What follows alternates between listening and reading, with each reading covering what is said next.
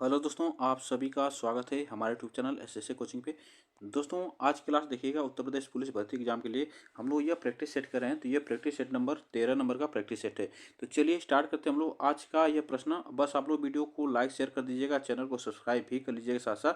और यह क्लास आपको शाम 7 बजे यहाँ पे मिलती है, ठीक है ना। शाम 7 बजे यहाँ पे मिलती है। चलिएगा देखिएगा, आज का पहला क्वेश्चन हमारा जो है, मनुष्य का सामान्य रक्तदाब कितना होता है। मनुष्य का सामान्य रक्तदाब कितना होता है, ये आपसे प्रश्न पूछा जाता है। तो ध्यान रखिएगा, जो मनुष्य का सामान्य रक्तदाब होता है 120/80 mm हाई HG होता है। तो ये एग्जाम में पूछा जा सकता है, तो ये भी आपको ध्यान रखिएगा।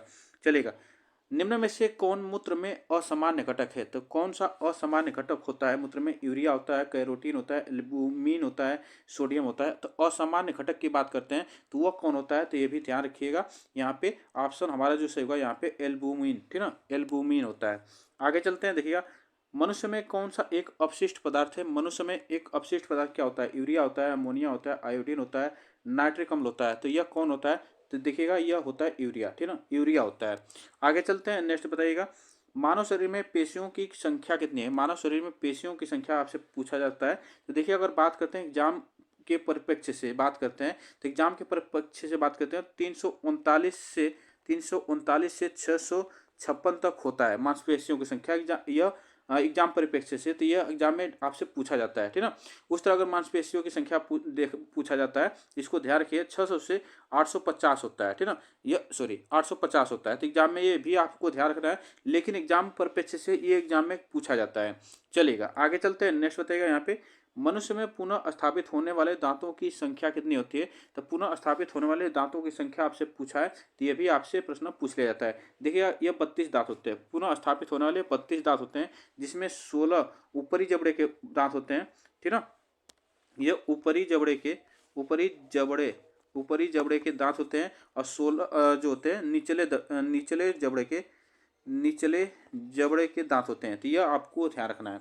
चलेगा, आगे चलते हैं, नेक्स्ट बताइएगा मानव शरीर की सबसे मजबूत हड्डी कहाँ उपस्थित होती है। तो मानव शरीर की सबसे मजबूत हड्डी जबड़े की हड्डी, जांग की हड्डी और गले की हड्डी, और यहाँ पे देखिएगा बाहों की हड्डी। तो यह आपसे प्रश्न पूछा है, तो ध्यान रखिएगा फीमर जो होती है यह सबसे मजबूत हड्डी होती है। ये भी आपको ध्यान रखना है, जिसे हम लोग फीमर कहते हैं, ठीक ना। फीमर जिसे हम लोग कहते हैं, यह मजबूत हड्डी होती है। आगे चलते हैं, मानव शरीर में कुल कितने कशेरुकी खंड होते हैं। मानव शरीर में कुल कितने कशेरुकी खंड होते हैं, तो यह ध्यान रखिएगा 33 जो है कशेरुकी खंड होते हैं मानव शरीर में। आगे चलते हैं, नेक्स्ट बताइएगा यहाँ पे हमारी अस्थियां तथा दांत सामान्यतः किससे बने होते हैं। तो हमारी अस्थियां तथा दांत सामान्यतः किससे बने होते हैं। ट्राई कैल्शियम फास्फेट से, क्लोरोपेस्टाइड से, हाइड्रोलेथ से बनता है, और यहाँ पे इनमें से कोई नहीं। तो इसमें आपसे प्रश्न पूछा है, इसमें ऑप्शन जो हमारा सही होगा ट्राई कैल्शियम फास्फेट। चलेगा, आगे चलते हैं, नेक्स्ट बताइएगा यहाँ पे निम्न में से कौन सी ग्रंथि सेक्स हार्मोन का स्राव करती है। कौन सी ग्रंथि सेक्स हार्मोन का स्राव करती है। थायराइड, अभिवृक, पीयूष और अग्नाशय। तो सेक्स हार्मोन का जो स्राव करती है वह अभिवृक, जिसे हम लोग कहते हैं एड्रिनल ग्रंथि कहा जाता है, ठीक है ना। यह आपसे प्रश्न पूछा जाता है। और इसके अभिवृक के जो बाहरी जो भाग होता है, बाहरी हिस्सा जो होता है, उसे कोर्टेक्स कहा जाता है। ये भी आपसे पूछा जा सकता है। चलिएगा, आगे चलते हैं, पीयूष ग्रंथि मानव शरीर के किस अंग में स्थित होता है। तो पीयूष ग्रंथि मानव शरीर के किस अंग में स्थित होता है, तो यह मस्तिष्क में होता है। किसमें, मस्तिष्क में होता है। नेक्स्ट देखिएगा यहाँ पे स्तनधारियों में सबसे बड़ी ग्रंथि कौन सी होती है। स्तनधारियों में सबसे बड़ी ग्रंथि की बात करते हैं, वह कौन सी होती है, तो वह आप ध्यान रखना लीवर, ठीक ना। देखिएगा स्तनधारियों में सबसे बड़ी या मानव में सबसे बड़ी जो ग्रंथि होती है यह होती है यकृत होती है। एग्जाम में आपसे पूछा है। थायराइड ग्रंथि की बात करते हैं, तो यह अंतःस्रावी ग्रंथि होती है। ये भी आपको ध्यान रखना है। चलेगा, आगे चलते हैं, मानव शरीर की सबसे बड़ी मिश्रित स्रावी ग्रंथि कौन सी है। मिश्रित स्रावी ग्रंथि कौन सी है। थाइमस है, यकृत है, अग्नाशय और प्लीहा। तो मानव शरीर की सबसे बड़ी मिश्रित स्रावी ग्रंथि यह कौन सी है, तो अग्नाशय है, ठीक ना, अग्नाशय। आगे चलते हैं, नेक्स्ट बताइएगा यहाँ पे निम्न में से कौन सा पुरुष सेक्स हार्मोन है। इसमें से बताइएगा कौन सा पुरुष सेक्स हार्मोन है। प्रोजेस्टेरोन, एस्ट्रोन और टेस्टोस्टेरोन और इंसुलिन। इसमें से पूछा है कि पुरुष सेक्स हार्मोन कौन सा होता है, तो यह टेस्टोस्टेरोन होता है, टेस्टोस्टेरोन। आगे चलते हैं, नेक्स्ट बताइएगा कौन सा रोग आयोडीन की कमी के कारण होता है। कौन सा रोग आयोडीन की कमी के कारण होता है। घेंगा, गंडमाला, मधुमेह, ग्रेव रोग। तो यह आप बताइएगा इसमें से कौन सा ऑप्शन यहाँ पे से होगा, तो घेंगा होता है, ठीक ना, घेंगा। नेक्स्ट बताइएगा यहाँ पे कौन सा रंजक मानव शरीर को रंगत प्रदान करता है? कौन सा रंजक मानव शरीर को रंगत प्रदान करता है? ओडोप्सिन, आइसोप्रिन, एंथ्रोसाइन और मेलानिन। इसमें से आपसे पूछा है कौन सा ऑप्शन यहाँ पे से होगा? तो यह मेलानिन, जो हमारा मानव शरीर के रंग को प्रदान करता है, मेलानिन। आगे चलते हैं। आंखों के रंग के लिए उत्तरदायी रंजक कहाँ उपस्थित होता है? तो आंखों के रंग के लिए उत्तरदायी रंजक कहाँ पे होता है? तो यह आपसे पूछा है, तो आंखों की पुतली में, ठीक है, आंखों की पुतली में होता है। आगे चलते हैं। मानव शरीर में अवग्रह बृहद दांत किसका भाग है? तो मानव शरीर में अवग्रह बृहद दांत किसका भाग है? बड़ी आंत में, छोटी आंत में, अग्नाशय में और अमाशय में। तो इसमें बताइएगा कौन सा ऑप्शन यहाँ पे से होगा? तो बड़ी आंत, ठीक है ना, बड़ी आंत यहाँ पे सही है। नेक्स्ट देखिएगा यहाँ पे, इनमें से पौधे की कौन सी संरचना प्रक्षेपण के लिए उत्तरदायी है? तो प्रक्षेपण के लिए उत्तरदायी है तना है, रंध्र है, छाल है, जाइलम है। तो ये इसमें से बताएगा कौन सा ऑप्शन यहाँ पे से होगा? तो यह रंध्र है, ठीक है ना, रंध्र ऑप्शन यहाँ पे सही है। चलेगा। मानव शरीर के संतुलन को नियंत्रित करने के लिए मस्तिष्क का कौन सा हिस्सा जिम्मेदार है? तो मस्तिष्क का कौन सा हिस्सा जिम्मेदार है, ये भी आपसे प्रश्न पूछा है। सेरेब्रम है, सेलिब्रम है, हाइपोथैलेमस है और थैलेमस है। तो इसमें ऑप्शन जो हमारा सही होगा सेरिब्रम, ठीक है ना, सेरिबेलम, यह ऑप्शन हमारा सही होगा। आगे चलते हैं। नेक्स्ट बताइएगा, शैवाल की कोशिका भित्ति बनती है? तो शैवाल की कोशिका भित्ति बनती है, ये किसे बनती है? काइटिन की, सेलुलोज की, सुबेरिन की और क्यूटीन की। तो यह आपसे प्रश्न देखिएगा पूछ लिया जाता है, तो क्यूटीन की बनती है। नेक्स्ट बताइएगा, शैवाल की कोशिका भित्ति बनती है? तो शैवाल की कोशिका भित्ति, सॉरी यहाँ पे क्वेश्चन, एक मिनट, यहाँ पे क्वेश्चन, हाँ यहाँ पे क्वेश्चन रिपीट हुआ है, देखिएगा यहाँ पे, एक मिनट, क्वेश्चन थोड़ा सा यहाँ पे देखिएगा, एक मिनट, सही है, चलेगा। यहाँ पे देखिएगा शैवाल की कोशिका यहाँ पे सेलुलोज से बनती है, यहाँ पे देखिएगा सेलुलोज से बनती है, ये क्यूटी से नहीं, सेलुलोज से बनती है। यह आपसे प्रश्न पूछा जाता है। देखिएगा आगे चलते हैं, ये भी क्वेश्चन रिपीट हुआ है, तो ये भी आपको ध्यान रखना है। चलेगा आगे चलते हैं। नेक्स्ट बताइएगा, निम्न में से कौन सा महिला जनन अंग का भाग नहीं है? महिला जनन अंग का भाग नहीं है, तो ये आपसे बताइएगा कौन सा ऑप्शन यहाँ पे से होगा? तो इसमें से ध्यान रखिएगा, ये जो हमारा मूत्र मार्ग है, यह एक महिला जनन अंग का भाग इसमें पूछा है। एक मिनट, तो इसमें ध्यान रखिएगा, इसमें जो ऑप्शन से होगा हमारा मूत्र मार्ग, ठीक है, यह हमारा सही है। चलेगा आगे चलते हैं। देखिएगा, खमीर है, खमीर आपसे पूछा है क्या होता है? एक बायोफाइटा होता है, एक कवक होता है, एक शैवाल होता है, एक जीवाणु होता है। तो यह ध्यान रखिएगा, यह एक क्या होता है? कवक होता है, ठीक है ना, कवक होता है। चलेगा, और यह कवक जो होता है एक कोशिकीय होता है, ये भी आपको ध्यान रखना है, यह एक कोशिकीय होता है, ये भी आपको ध्यान रखना है। चलेगा आगे चलते हैं। किस यंत्र के द्वारा तनों की वृद्धि की माप की जाती है? किस तनों के द्वारा तनों की वृद्धि की माप की जाती है? तो यह आपसे प्रश्न पूछा है। देखिएगा, इसमें से कोई ऑप्शन हमारा सही नहीं है, ठीक ना। सिस्मोग्राम जो है, यह सिस्मोग्राफ जो है, सिस्मोमीटर जो है, यह भूकंप की तीव्रता को माप जाता है। लेकिन यहाँ से जो हमसे तना की वृद्धि की बात करता है, इसमें जो ऑप्शन सही होगा हमारा, देखिएगा इसमें कोई ऑप्शन सही नहीं है। इसको मापने के लिए जो ऑक्जेनोमीटर होता है, ठीक ना, ऑक्जेनो एक मिनट, ऑक्जेनोमीटर जो होता है, इससे मापा जाता है। यह तने की वृद्धि जो होती है ऑक्जेनोमीटर से मापी जाती है, ये भी आपको ध्यान रखना है। चलेगा, एक जंतु कोशिका के भीतर सबसे प्रचुर मात्रा में कौन सा अकार्बनिक घटक पाया जाता है? तो इसमें से बताए अकार्बनिक जो घटक पाया जाता है वो जल पाया जाता है। कौन सा पाया जाता है? जल पाया जाता है। आगे चलते हैं। नेक्स्ट बताइएगा, किस वैज्ञानिक ने डीएनए का द्विकुंडलीय मॉडल दिया था? किस वैज्ञानिक ने डीएनए का द्विकुंडलीय मॉडल दिया था? इसमें से बताइएगा कौन सा ऑप्शन यहाँ पे से होगा? तो इसमें ध्यान रखिएगा, वाटसन और क्रिक ने दिया था। आगे चलते हैं। कोशिका की आत्महत्या की थैली किसे कहा जाता है? कोशिका की आत्महत्या की थैली किसे कहा जाता है? लाइसोसोम को कहा जाता है, राइबोसोम को कहा जाता है, ग्लाइकोजन को कहा जाता है, गलिकाय को कहा जाता है। तो इसमें आपसे प्रश्न पूछा है, ध्यान रखिएगा, यह कहा जाता है लाइसोसोम को, ठीक है ना, लाइसोसोम को। आगे चलते हैं। क्लोरोफिल में कौन सी धातु उपस्थित होती है? क्लोरोफिल में कौन सी धातु उपस्थित होती है? लोहा, मैग्नीशियम, जस्ता, कोबाल्ट। तो क्लोरोफिल में कौन सी धातु उपस्थित होती है? तो यह मैग्नीशियम होती है, ठीक है ना, मैग्नीशियम। आगे चलते हैं। दूध का धवल रंग किसकी उपस्थिति के कारण होता है? दूध का धवल रंग किसकी उपस्थिति के कारण होता है? लैक्टोज, एल्बुमिन, कैरोटीन और केसिन। तो दूध का धवल रंग किसकी उपस्थिति के कारण होता है? तो यह होता है केसिन, ठीक है ना, केसिन ऑप्शन यहाँ पे सही है।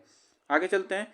इंसुलिन किसके द्वारा उत्पादित होता है? तो इंसुलिन किसके द्वारा उत्पादित होता है? पीयूष ग्रंथि द्वारा, पित्ताशय द्वारा, अंतःस्रावी और अग्नाशय। तो इसमें से आप ध्यान रखना, यहाँ से जो यह इंसुलिन जो होता है अग्नाशय द्वारा उत्पादित होता है। आगे चलते हैं, कौन सा रोग विटामिन ए की कमी के कारण होता है? कौन सा रोग विटामिन ए की कमी के कारण होता है? बालों का झड़ना, पेचिश, रतौंधी और बेरी। तो कौन सा रोग जो है विटामिन ए की कमी के कारण होता है? ये रतौंधी के कारण, है ना, रतौंधी के कारण। आगे चलते हैं, यहाँ पे बताइएगा कौन हमारी आंखों में प्रवेश करने वाली प्रकाश की मात्रा को नियंत्रित करता है? इसमें से बताइएगा दृष्टिपटल, पुतली, आइरिस और रेटिना। इसमें से बताइएगा कौन सा ऑप्शन यहाँ पे से होगा? आइरिस ऑप्शन यहाँ पे सही हो। चलिएगा, नेक्स्ट बताइएगा यहाँ पे पेड़ पौधों को खाना तैयार करने की प्रक्रिया क्या कहलाती है? पेड़ पौधों का खाना तैयार करने की प्रक्रिया क्या कहलाती है? तो उसको क्या कहा जाता है? ये एग्जाम में पूछा जाता है, तो उससे कहा जाता है फोटोसिंथेसिस। ठीक ना, क्या कहा जाता है? फोटोसिंथेसिस कहा जाता है। एक भारी नाभिक के दो हल्के नाभिकों में टूटने की प्रक्रिया को क्या कहा जाता है? नाभिकीय संलयन कहा जाता है, नाभिकीय विखंडन कहा जाता है, द्रव्यमान क्षति कहा जाता है, रेडियो एक्टिव विघटन कहा जाता है। तो इसमें आपसे प्रश्न पूछा है तो नाभिकीय विघटन, ठीक है ना, नाभिकीय विघटन इसे कहा जाता है। श्वेत रक्त कणिकाओं का मुख्य कार्य क्या है? तो श्वेत रक्त कणिकाओं का मुख्य कार्य क्या होता है? कार्बन डाइऑक्साइड परिवहन करना, रोग प्रतिरोध क्षमता को बढ़ाना, ऑक्सीजन का परिवहन, इनमें से कोई नहीं। इसमें से बताएगा कौन सा ऑप्शन से होगा? तो रोग प्रतिरोध क्षमता को बढ़ाना। आगे चलते हैं, नेक्स्ट बताएगा यहाँ पे किसकी उपस्थिति के कारण रक्त का रंग लाल होता है? तो किसकी उपस्थिति के कारण जो होता है रक्त का रंग जो है लाल होता है? प्लाज्मा, हीमोग्लोबिन, आरबीसी और डब्ल्यूबीसी। तो इसमें से आपको ध्यान रखना है, इसे कहा जाता है हीमोग्लोबिन, ठीक है ना, हीमोग्लोबिन। आगे चलते हैं, मानव हृदय में कक्षों की संख्या होती है। मानव हृदय में कक्ष की संख्या कितनी होती है? देखिए, मानव हृदय में कक्ष की संख्या होती है 4, ठीक है ना, यह 4 कक्ष होते हैं। आगे देखिएगा यहाँ पे निम्नलिखित में से कौन वायु के द्वारा फैलता है? वायु के द्वारा कौन सा फैलता है? प्लेग फैलता है, हैजा फैलता है, टाइफाइड और एड्स। देखिएगा इसमें से जो फैलता है वो फैलता है हवा के कारण, जो प्लेग फैलता है। टाइफाइड और ये प्लेग जो है ये जल से फैलते हैं, जल प्रदूषित होने से।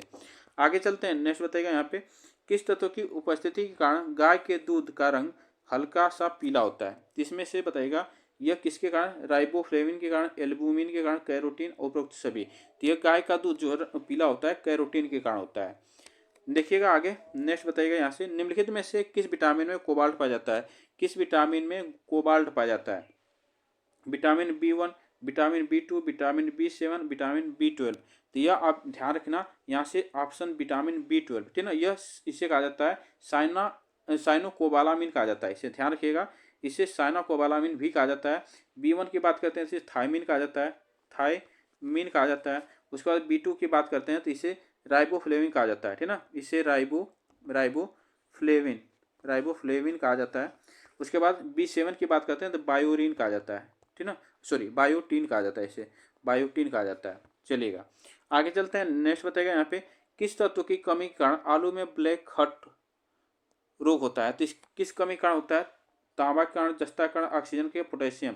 इसमें से आप ध्यान रखना वो होता है ऑक्सीजन कारण, ऑक्सीजन की कमी कारण होता है। कौन भूमिगत जल को प्रदूषित करता है? कौन भूमिगत जल को प्रदूषित करता है? जीवाणु, शैवाल, विषाणु, आर्सेनिक। तो इसमें से बताइएगा कौन भूमिगत जल को प्रदूषित करता है? तो आर्सेनिक करता है। नेक्स्ट देखिएगा यहाँ पे किसकी उपस्थिति के कारण गिरगिट रंग बदलता है? हीमोग्लोबिन, वर्णिक वर्णिक लवक और क्लोरोफिल और वातरंध्र के। इसमें से बताएगा जो गिरगिट होता है वह किसके कारण जो है अपना रंग बदलता रहता है? तो यह आप ध्यान रखना वर्णकी लवक के द्वारा यह बदलता है, वर्ण, ठीक ना, यह आपसे पूछा जाता है। पादप वृद्धि हार्मोन जिब्रेलिन को किससे निकाला जाता है? तो जिब्रेलिन को किससे निकाला जाता है? कवक से, विषाणु से, शैवाल से, उपरोक्त सभी। तो यह आप याद रखना, यह यहाँ से यह कवक से निकाला जाता है। आगे चलते हैं, देखिएगा इंसुलिन क्या है? इंसुलिन बताइएगा एंजाइम है, हार्मोन है, विटामिन है, इनमें से कोई नहीं। तो इंसुलिन की बात करते हैं तो यह क्या है? तो इंसुलिन हार्मोन है, ठीक ना, हार्मोन है। नेक्स्ट बताइएगा यहाँ से निम्न में से कौन सी ग्रंथि सेक्स हार्मोन का स्राव करती है? कौन सी ग्रंथि सेक्स हार्मोन का स्राव करती है? थायराइड ग्रंथि, अधिवृक्क ग्रंथि, पीयूष ग्रंथि और अग्नाशय। जिसमें से बताइएगा सेक्स हार्मोन का स्राव करती है, कौन सी ग्रंथि करती है? तो अभिवृक्क ग्रंथि। आगे चलते हैं, एक मिनट, चलिएगा आगे चलते हैं। प्रकाश संश्लेषण प्रक्रिया में सूर्य के प्रकाश का कौन सा रंग सबसे अधिक उपयुक्त होता है? तो इसमें से बताएगा लाल, नीला, हरा, बैंगनी। तो प्रकाश संश्लेषण प्रक्रिया में सूर्य के प्रकाश का कौन सा रंग सबसे अधिक उपयुक्त होता है? तो वह होता है लाल, ठीक ना। चलेगा, आगे चलते हैं। मानव शरीर के किस अंग में लसिका कोशिका का निर्माण होता है? लसिका कोशिका का निर्माण होता है यकृत, अग्नाशय, तिल्ली और दीर्घ अस्थि। तो इसमें से बताएगा कौन सा ऑप्शन यहाँ पे से होगा? तो यह दीर्घ, इसे हम लोग इसे या तिल्ली कहा जाए, ठीक है। यहाँ से दोनों ऑप्शन यहाँ पे सही हो सकता है, ये भी आपको ध्यान रखना है। चलेगा, आगे चलते हैं। मानव शरीर का सबसे बेस्ट अंग कौन सा है? मानव शरीर का सबसे बेस्ट अंग की बात करते हैं। यकृत होता है, हृदय होता है, फेफड़ा होता है, किडनी होता है। तो सबसे बेस्ट अंग जो होता है हृदय होता है, ठीक ना। हृदय सबसे बेस्ट अंग होता है। आगे चलते हैं। निम्न में से किस में प्रचुर मात्रा में प्रोटीन पाया जाता है? प्रोटीन किस में प्रचुर मात्रा में पाया जाता है? मांस और अंडे में, दूध और पत्तेदार सब्जी में, सोयाबीन और मूंगफली में, इनमें से कोई नहीं। तो यह आप ध्यान रखना, यह सोयाबीन और मूंगफली में, सोयाबीन और मूंगफली में। मानव शरीर की सबसे बड़ी हड्डी कौन सी होती है? मानव शरीर की सबसे बड़ी हड्डी जांघ की हड्डी, घुटने की हड्डी, कंधे की हड्डी और रीढ़ की हड्डी। तो यह देखिएगा, मानव शरीर की सबसे बड़ी हड्डी जो होती है वह कौन सी होती है? तो जांघ की हड्डी होती है, ठीक ना, जांघ की हड्डी होती है। तो इसमें से बताएगा, यह प्रश्न हम लोग पूरे 50 प्रश्न यहाँ पे किए। यह आपको बताना है ये प्रश्न कैसे लगे। वीडियो को आप लोग लाइक शेयर जरूर कर दीजिएगा, चैनल को सब्सक्राइब भी कर लीजिएगा। फिर मिलेंगे नेक्स्ट वीडियो में, तब तक के लिए थैंक यू सो मच आप सभी को।